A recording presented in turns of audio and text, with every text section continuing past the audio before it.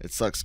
Always switching between like Christine and our setup for like anime reactions or reviews to when it's just me. It's like It's just like moving it though. Like, no. The whole setup, like everything's different. I got a couch that you can kind of see in the hmm webcam. Everyone else can't on my Lumix, but I got to move that. The camera is angled differently, so like the basically I want a new room where we've got two setups. yeah, But man, you want this nothing. room's not this room's definitely not big enough, and I'm not well off enough, which you guys could fix by subscribing and watching more. Oh, I guess that's just a great way to start. Hello, everybody. Welcome to the Daily Cup of Genre here on the Genreverse YouTube channel and Genreverse Podcast Network on all your favorite podcast apps. Well, most of them: Stitcher, Apple, not SoundCloud, Stitcher, Apple, Google, Amazon, others. Check those out. Spotify. There's the S I was looking for. I'm Kyle. That's Manny. At that Kyle Malone on Twitter, at Manny Gomez Media on Twitter. Check out our parent website, if you will, lrmonline.com, every day for all entertainment news, needs, opinions, written articles, and reviews, and more. Whew, man, I don't know how to feel about the box office, because one, I want to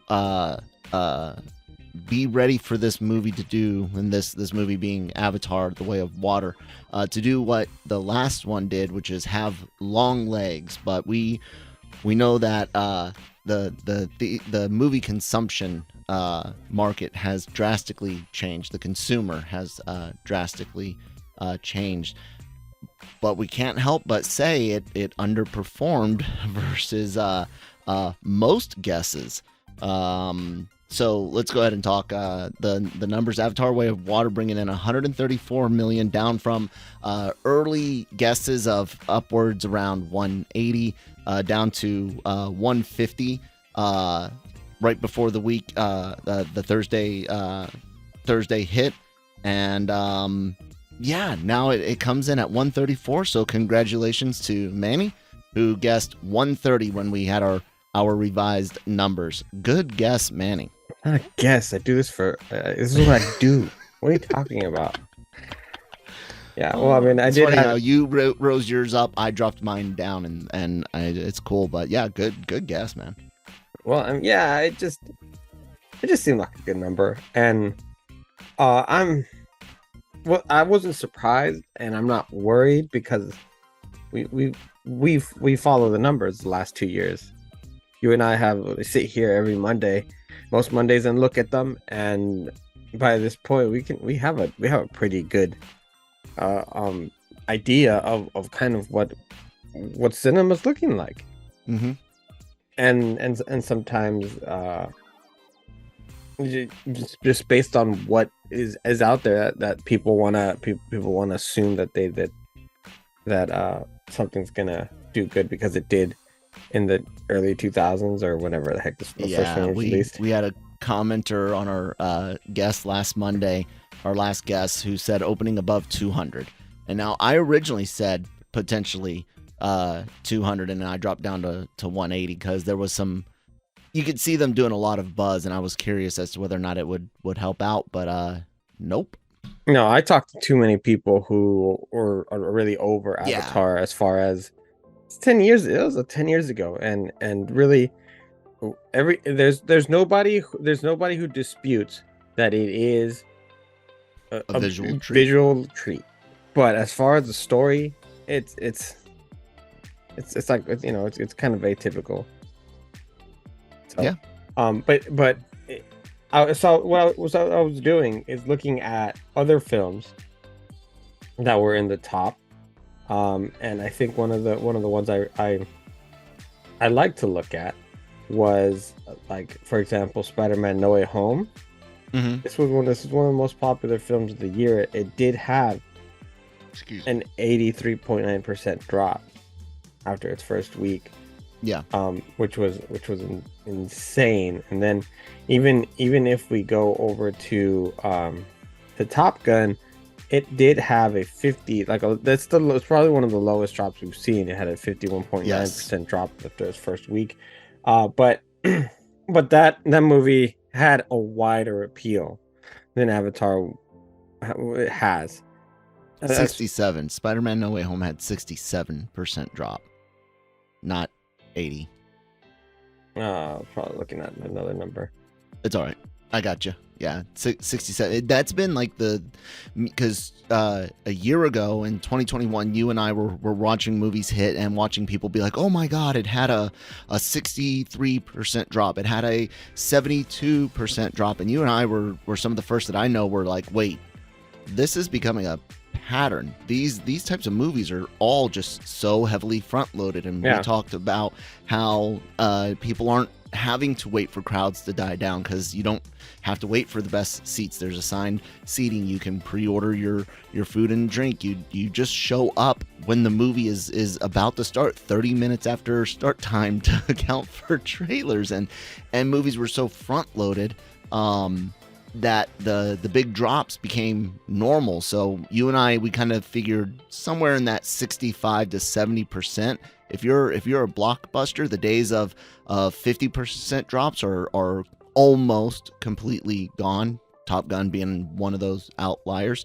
And then a lot of family-friendly movies and things that weren't necessarily must-sees, those usually would do, in that 40-50% range. But well, yeah, I mean, they can still probably have that drop. But what, like, for example, Minions is going to do is it's going to have a little bit more of a consistent run the following few weeks.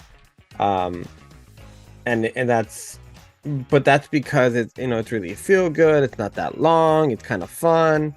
And I just don't see that for a movie that's over 3 hours long. And I don't disagree. And I think it's one of those movies that that it is it's a Disney product. So I think that people, this one in particular, especially for the length of it, like, you know what, we could probably wait. It's just I think it's just what it is, as far as it's like. I'm very curious as to what numbers it will do next week. That'll be very telling. But it's already fallen short from what they thought they were going to get this weekend. And, right. And so, if it does follow, if it itself is indeed front loaded. Now I know I can't remember who it was, so I apologize, but I saw someone bring up the point of, and I didn't check to verify, like, pre-sales or when you go on Fandango or whatever, you can see what seats are available. But someone was pointing out that a lot of people are waiting for the best seats in the middle at the premium screens. There's less premium screens, so you'll see less of a drop as more people go to experience it the best way possible over the coming weeks. And I know there will be some people that'll do that. Maybe someone, and this isn't a movie where you're necessarily worried about it being spoiled while you wait for that perfect seat. This isn't Infinity War. This isn't a Star Wars middle chapter or anything like that. As much as James Cameron might want it to be, it's so I can see that, but I don't know if that's enough. And yeah, that next week, this upcoming weekend will be a huge tell. If it has a 65+% drop, then it's just par for course, and we could almost say that this movie doesn't even break 600 million on the domestic side. However, if it comes out with a 50% or less drop, I think that 500 to 600 becomes more reasonable. The people that were thinking that this was a easy $600+ million domestic take, I don't think so. Those that thought this was going to be a $2 billion movie worldwide, I mean, I really don't. I don't think so. It would have to do gangbusters in the foreign markets like China, and I just don't know if it. I don't know if it does or not. Not that it's going to do bad in China, but what do you think this movie's end domestic take will be, Manny? Let's try to extrapolate that.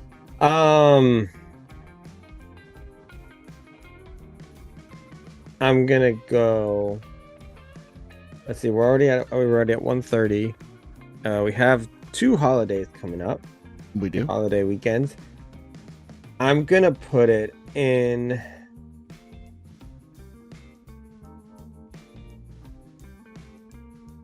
$360.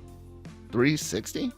Yeah. Okay, that's a bit lower than me. Again, I should lower my guess, but well, are we talking worldwide or no, this is just domestic. Domestic, right okay, now. yeah, 360.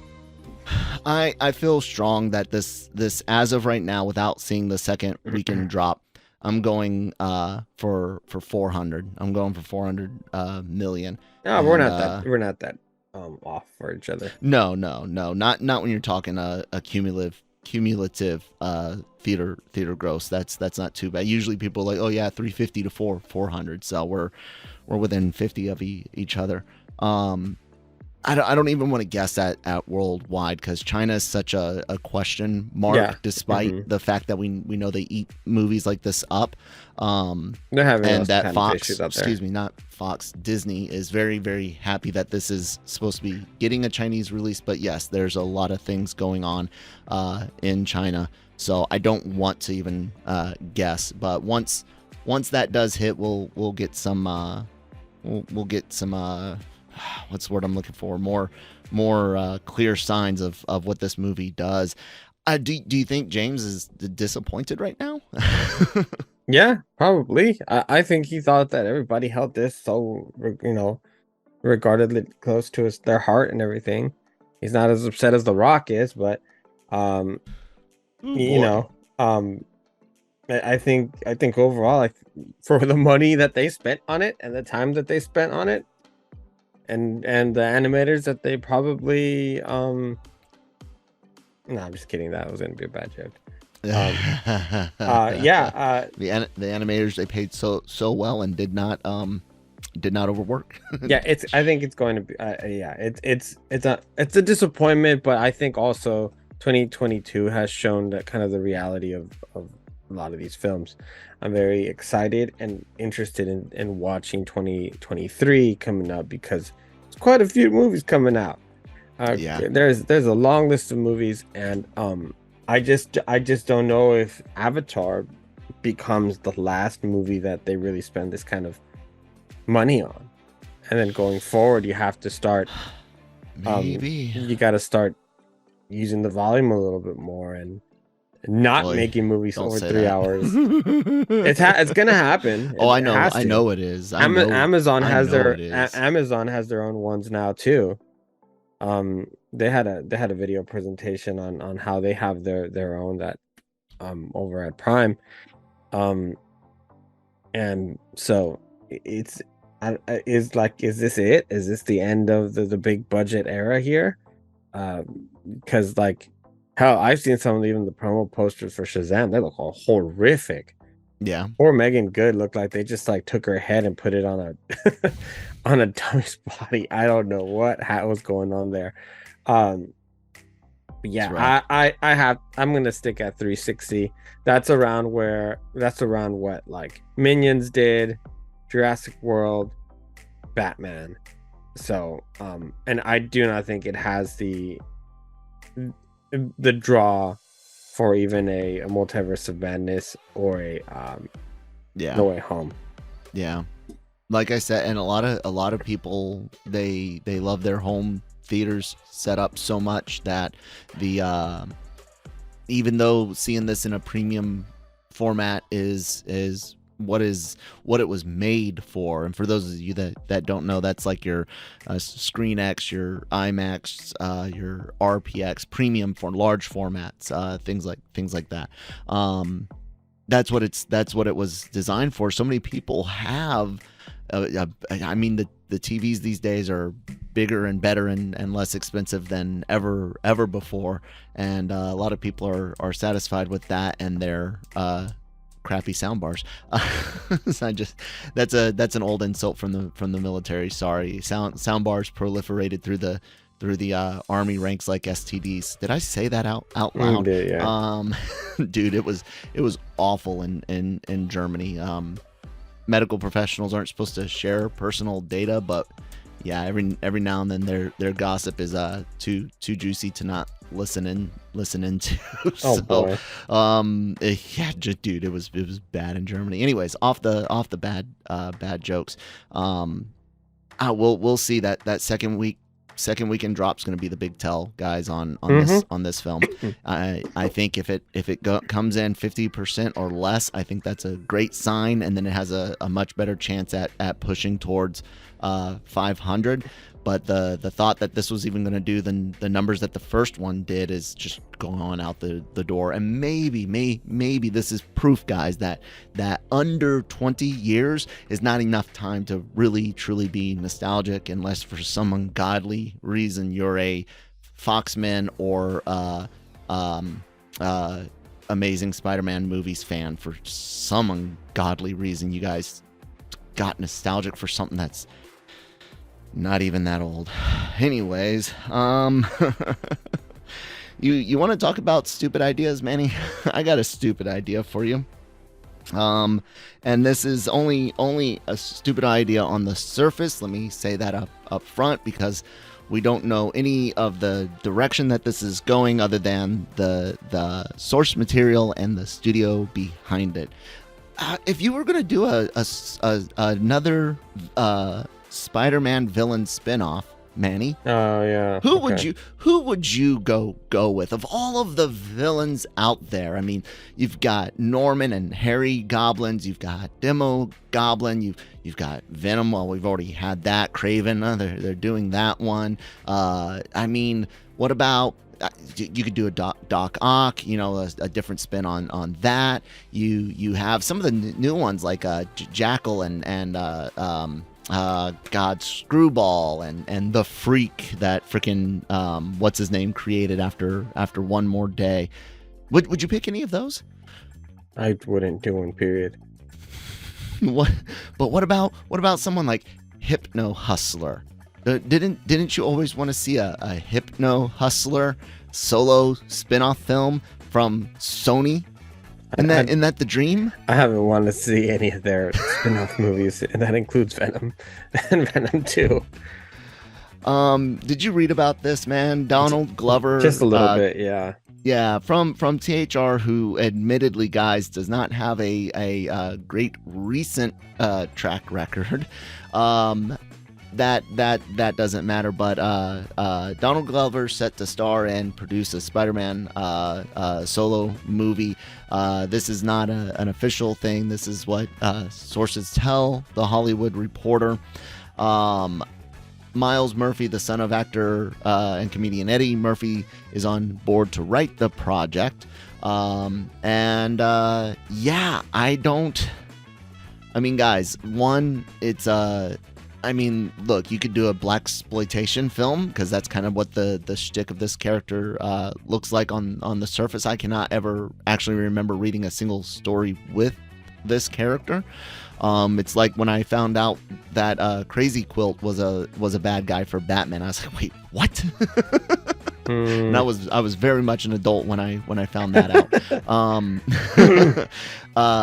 So I know that there's something that you could do with this in a very tongue-in-cheek, very, very reference type way.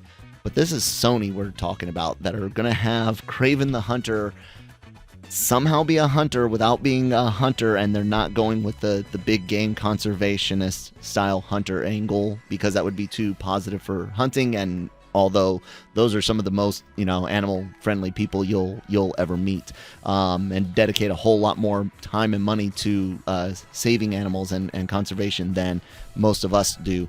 But because they shoot them every now and then, they get treated like crap. I just have to say that there's not crap hunters. But anyways, I'm rambling. I can't, dude. What is up with Sony, man?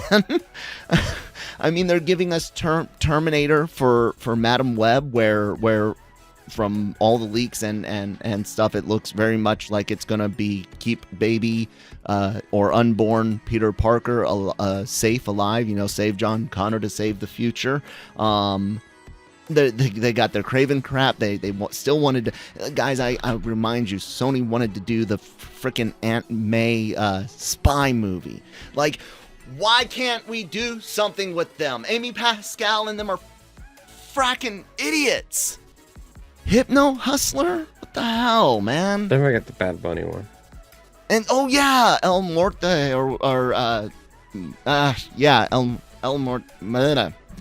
That Keep one, going. the Bad Bunny one. Yeah. It I don't know, man. Like, obviously they're just trying to make sure they keep the rights to Spider-Man. I mean, what's the new deal? You must release one shitty movie every other year, or you lose them. Probably. You don't need to do this. I mean, you really don't. And I just I hate Sony so much. I know, man. They are pretty terrible. I don't really have much to say on it because of the fact that I just really don't care. But it's not even that I care, because it's not like I didn't like either of the Venom films, and I didn't watch Morbius. I'm not going to ever. And I have no interest in Madam Web or as of right now, Craven, of course. That being said, it's that whole watering down of things. Yeah. Right. It's that whole going to the well till it's dry, and then squeezing muddy water out of the clay at the bottom of it. It hurts everything. It draws everything down, especially when Sony, do their whole we're MCU but we're not, and you do confuse the normies. But not only does it do that and hurt box office in ways, it literally, it's just like bad Star Wars, but worse, because there's so much less Star Wars. That every bad Star Wars project that hits, Kenobi, freaking Book of Boba Fett, the sequel trilogy, Solo, like whenever a bad one hits, it hurts everything else, and the sequel trilogy just completely rips apart the original trilogy, to where, like, even though there's good things to watch in the sequels, you don't want to, because you know what comes next. You know what the landing point of it is, and it's trash. Yeah. So this stuff pisses me off, man.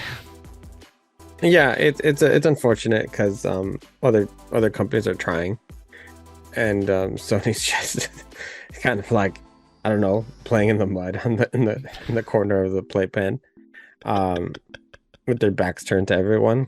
That's what it really feels like. Because the only things that have been successful that they've done has been in partnership with Marvel Studios, if you think about it. Since Spider-Man 3, yes. Yeah. And Spider-Man 3 was horrific. Solely a success on its opening weekend. And the people, coming to see Venom before they all found out how awful it really truly was. Yep. And everyone will tell you that it was a trash movie. Well, I say everyone, but you've got those out there these days that are like, oh no, it's good, it's severely underrated, you guys just don't get the genius of it. And it's like, no, even Sam himself is like, that movie is a mess, and I'm sorry for it. And we all know why it's a mess. They said you got to use Venom, you got to do this, you can't do that, and when the director himself says it's a mess, I don't want to hear someone sit there and give me some bullshit about it being a secret work of genius and tender love and care, and it's not. It was a trash freaking movie, but you know what? It made more money than the Amazing Spider-Man films. I wonder why that is, because people felt burned by Spider-Man 3, and then Amazing 1, Amazing 2, oh dear God, is that atrocious of a film. And I mean, God, guys, Sony, stop. Just stop. Yeah. Stop. All right, I'm gonna get off the Sony thing. You got anything else for us today, Manny? Because I don't. So let me ask you, why are fans pretending like all of a sudden they care about the WB product known as DCEU now? I mean, as far as I know, they maintained a relatively steady audience with expected drops as shows went on over the years. They had some misses that they kept on for too long. Batwoman, I think that was. Oh no, not the shows. I'm talking about the movies. Oh, movies. Yeah, no, the shows had. Well, you said CW, so no, DCEU. I said DCEU. No. Okay, I got confused. Okay.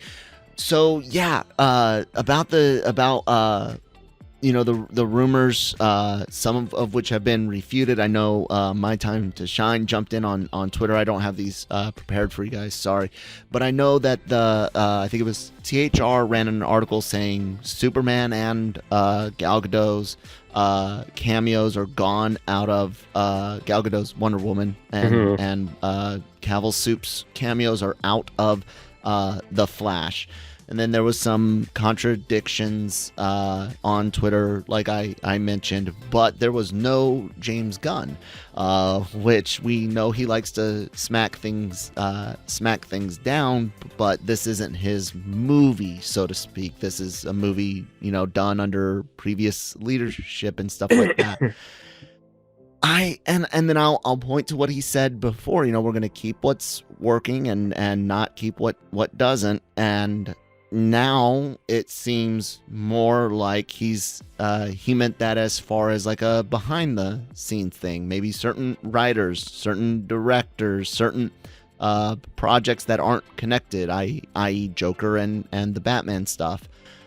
I do now think that people are right. We're getting a full and total, almost full and total, sans what I just mentioned, DCU reboot. And I mean, people did support it relatively. I mean, the movie relatively made money, but compared to Marvel, no. Compared to their budget, they were all profitable, more profitable than most of the things in the recent years. Mm-hmm. I mean, make better stuff. Well, yeah, and I think that's what they're gonna do. But the people are make better stuff. And again, I'm talking about like a corner of the internet that you see. You and I have talked about how what we see on social media only represents a small percentage of actual audiences. So what you think is this like massive wave of support is just really a very small percentage. So not a lot of people agree with you, and that's okay.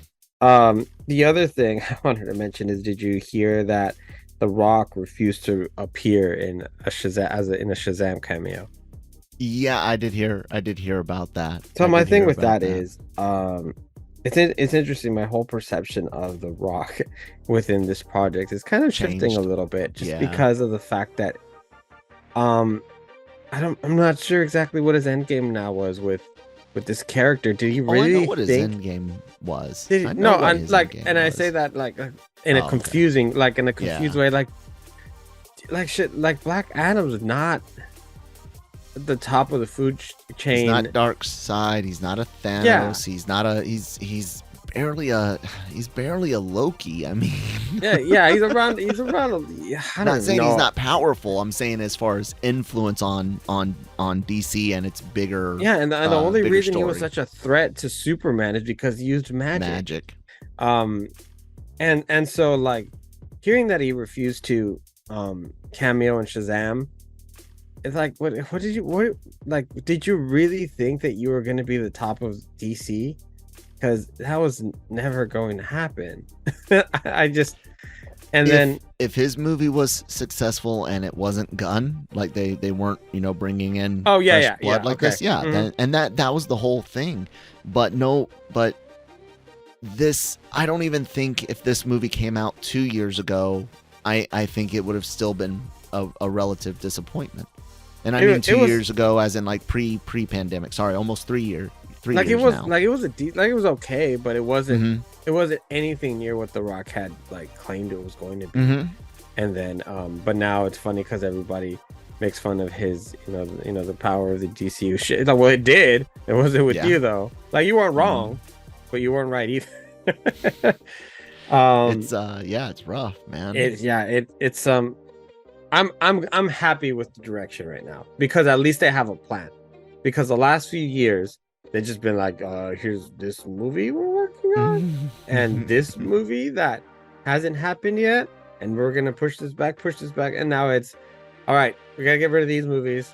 Almost like so it's funny because on one side it's like Batgirl and a couple of other films, it's like, all right, cut because we can't afford to do it and it doesn't go anywhere, so we're done. We're not doing anything. And then here come these movies and people are like, well, you might as well cut the Flash then. It's like, all right, like which one do you want? I don't know. People are the absolute worst. I will say this. I mentioned this in our Discord chat, you guys. There's a link to our Discord down below. I said, is there any point in seeing the movies next year, sans maybe Blue Beetle, which seems like if they'll insulate enough to either let it be its own thing, or like they said, it's all connected. It can fit into the new one because they don't have to use any of the existing Snyder DCEU versions of anyone. They don't even have to mention any of the other heroes yet, right? But is there a point to Shazam 2 now? Is there a point to, well, I think Shazam 2 can is a sequel anyway, and it'll wrap it up. And I do believe that Aquaman was going to wrap up kind of that, maybe a little bit, the story a little bit better, because you couldn't continue that anyway because you had to drop Amber Heard. Yeah, but well, you can always recast. Yeah, but they don't like doing that. But Marvel sure does, unless you're the Black Panther. Old wounds, guys. But the Flash one is like one of those big ones. It's got the weight of Ezra Miller's legal issues and behavioral issues. It's got the fact that it was at one point looking like it was going to be the reset point. And I know lots of people that have been like, oh, you just have him wake up in a different body, in a different cast, and it's a different universe, and then it carries on. I don't even think they want that connected at all anymore. Like, I don't know if the Flash is any more of a jumping off point than it is just we've spent this much time and money on it, we should try to get something back. I mean, what do you think? Do any of these in any way lead to something new besides Blue Beetle? No. So do you think people will really care to watch The Flash then, knowing that it doesn't matter? Like you said, maybe Shazam and Aquaman because there's a story that it wraps up. But I mean, most people, except for the diehard Snyder fans, were not enthralled by Miller's Flash in Justice League. They were just like, it's there. And then the Snyder version of it, they gave it a lot more depth and stuff like that. But if that was the draw that it was meant to be, and then we probably would have had more of that. But all the streaming numbers and watch numbers that have been released, and it seemed like it really wasn't the big draw that Snyderverse fans made it out to be. I don't know if I don't know if it does well at all. I mean, what's the point? And then it's gotta recoup some of that money. That's what they're hoping. But I'm saying for the audience, like if you're just a general fan and you like the whole connected universe, and you're seeing that this is basically ending here, and what's the point? You know what I'm saying? The point is to go watch a movie. Well, that's what Janet said. And I pointed out that, yeah, in general, but when things are meant to be connected, when they carry on from something before and are setting something up for the future, that's part of the movie. That's part of the experience. Who goes and just picks, some middle phase 3 film to start off with? You know what I'm saying? Like, and even then you still got the good stuff from before, and you know that it's going to continue on after. This isn't just some random movie that you're saying, just watch. No, it's got tissue, and I don't know, because I personally don't care. I'm not a big Flash guy. I don't like Ezra Miller's turn as the Flash. I don't like that line of films. So I wasn't psyched to see it regardless. But what about the average person? Let me know in the comments, guys. Well, the thing is that the Flash also has never had its own movie. And the Flash does have quite the strong following after the fan base it created, thanks to Grant Gustin's CW's Flash. So I do expect it to have at least a little bit of appeal. Also the fact that it's going to have Keaton's Batman in it, it's another reason to have a little bit of appeal, because that character is so beloved by many. I almost expect the marketing to shift over to Supergirl and to Keaton, to Keaton's character, to Sasha Calle's character, and to Keaton's Batman, to kind of take away a little bit from to kind of mask the all the stuff with Ezra in the background that happened. So yeah. It's gonna do fine. Is it gonna be one of the top movies of the year? I doubt it. Highly doubt it. It's gonna be kind of middle of the pack. I think even WB thinks that they just need to get through it, and let's move on. Let's move forward. It's not even their project. It's almost like when a pitcher comes in with the bases loaded. If he gives up a hit, it's not on him. The runners are the responsibility of the previous regime. But they got to finish it up. The Shazam, I'm so excited for that because I really like the first one. I liked the first one. It has Helen Mirren and has Lucy Liu, which both I really enjoy. And then Aquaman, I thought the first one was fine, and I enjoyed it enough to want to see more of it. So I will enjoy it for what it is. Yeah, well, you don't like things though. It's all right. Things are awful. Have you ever seen things? Well, the thing, trash? I would defend. The problem with Janet is that I would defend Janet a little bit more, but Janet likes The Last Jedi. And that's unforgivable. That's a horrific movie. Oh my god! On so many levels, without even discussing Luke Skywalker, without even touching Luke Skywalker. Yeah. Oh my god! I can tear that film apart. So really quick, the last. And then let me get started on Luke. Oh yeah, jeez. So the last thing I wanted to talk about was oh, that's interesting. On Twitter, I Stand With Amber Heard just started trending. Strange. Let's click on it. Anyway, one of the last acts I wanted to grind this morning is so you and I, we reacted to the Barbie trailer on Friday. Oh yeah. And apparently we are incredibly somebody thought we were talking about women wouldn't know 2001 A Space Odyssey, and I'm like, no, we're thinking of youth. Yeah. We're thinking of youth, guys. Like, yeah. This toy, this doll is aimed at young girls, yes, in general, but they're trying to cast a wider net. But it's still going to be that like 5-year-olds to like 25, maybe 30-year-olds. And someone brought up a good point about adult collectors and things like that would get it. But again, in our entertainment, you guys just heard us talk about box office numbers for 30 minutes. You know, in our entertainment, like business minds, we see an age group and our interactions with that age group. I was in the Army for 17 years. I had young soldiers coming in fresh, 18, 19 years old. When I was a recruiter from 2016 through 2020, I was engaging with, high schoolers and college kids every day just about. And you have small talk about entertainment, the latest movies and things like that. And it's not used in pop culture references as much anymore. Mm-hmm. Dave the computer isn't used as much as it used to be. So that was our mentality, but we got hit, man. People mad. all we were doing was stating the fact that it was a reference to it, and it's like, yeah, no, we know that. Movie. It's like, yeah.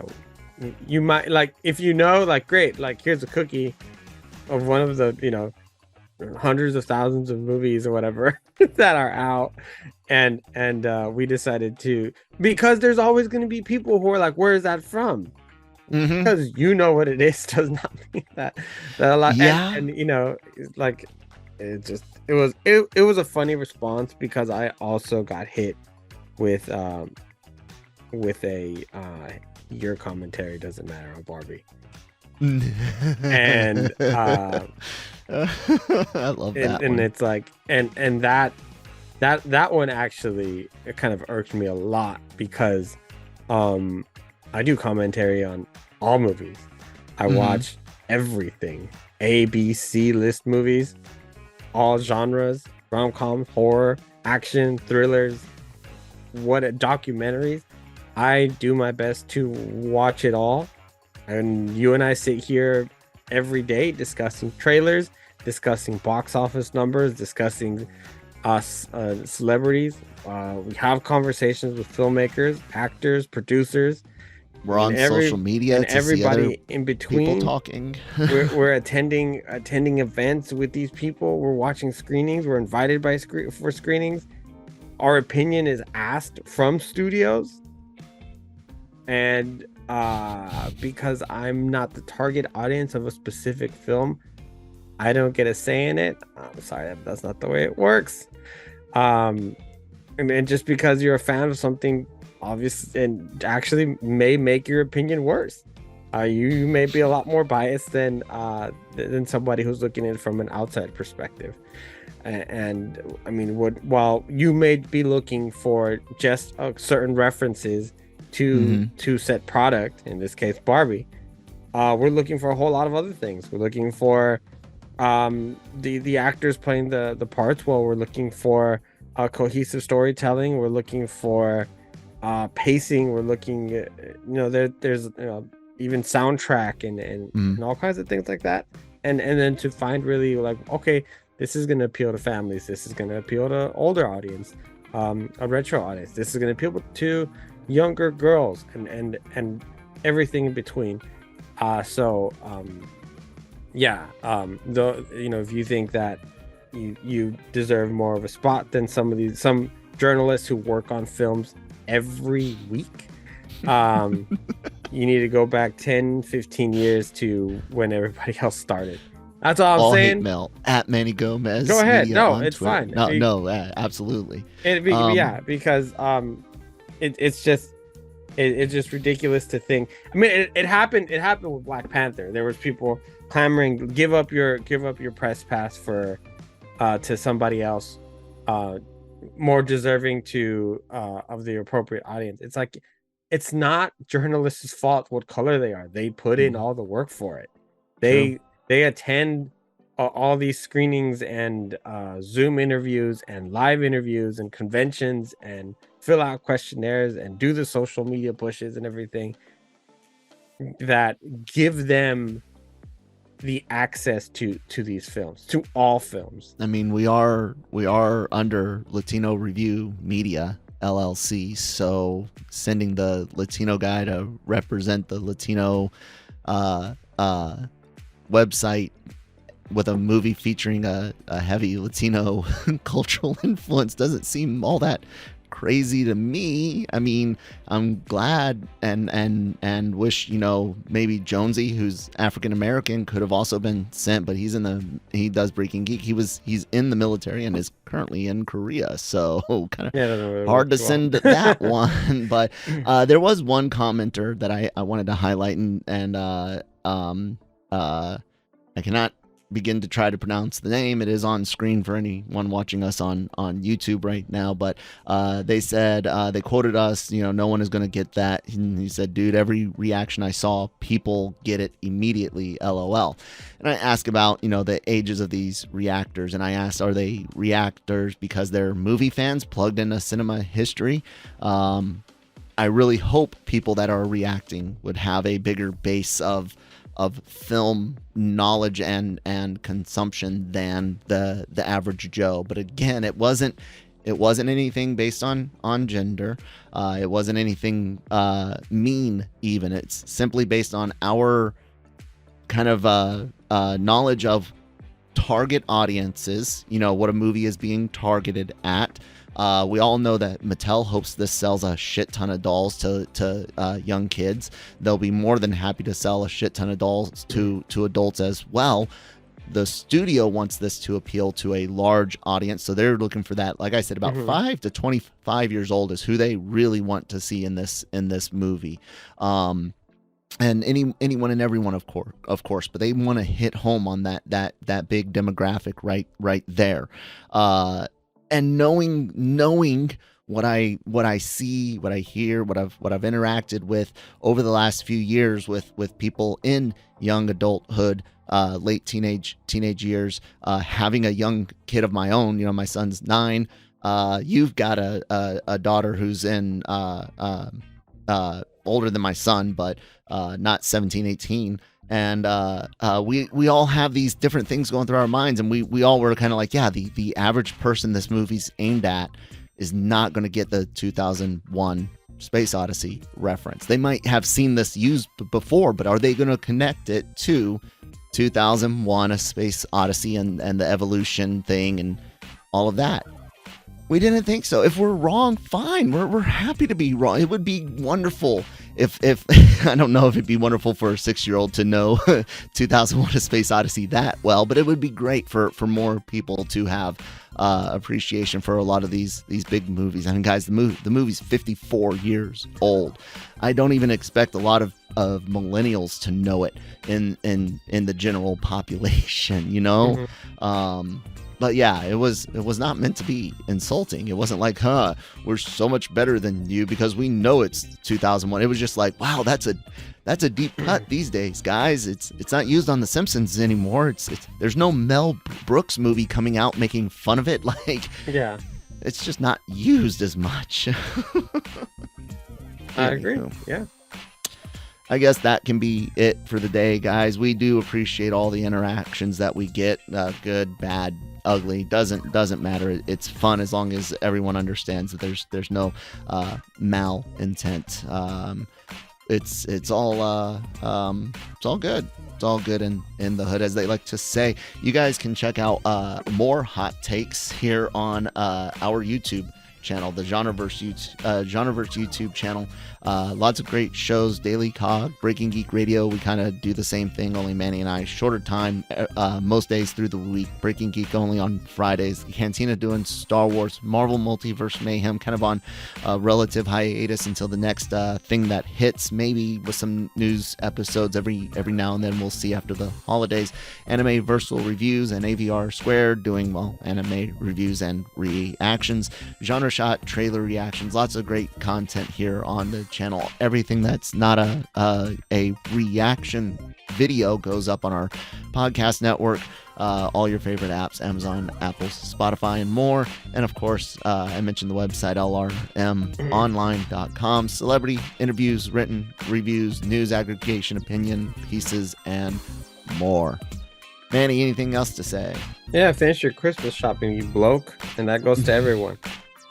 Yes, I just sent out, my son made some stuff just in case my parents, every now and then they'll watch stuff from here. So I won't say what it is, but he made something for them and that got sent out today. So anyways, guys, we'll talk to you next time. Bye.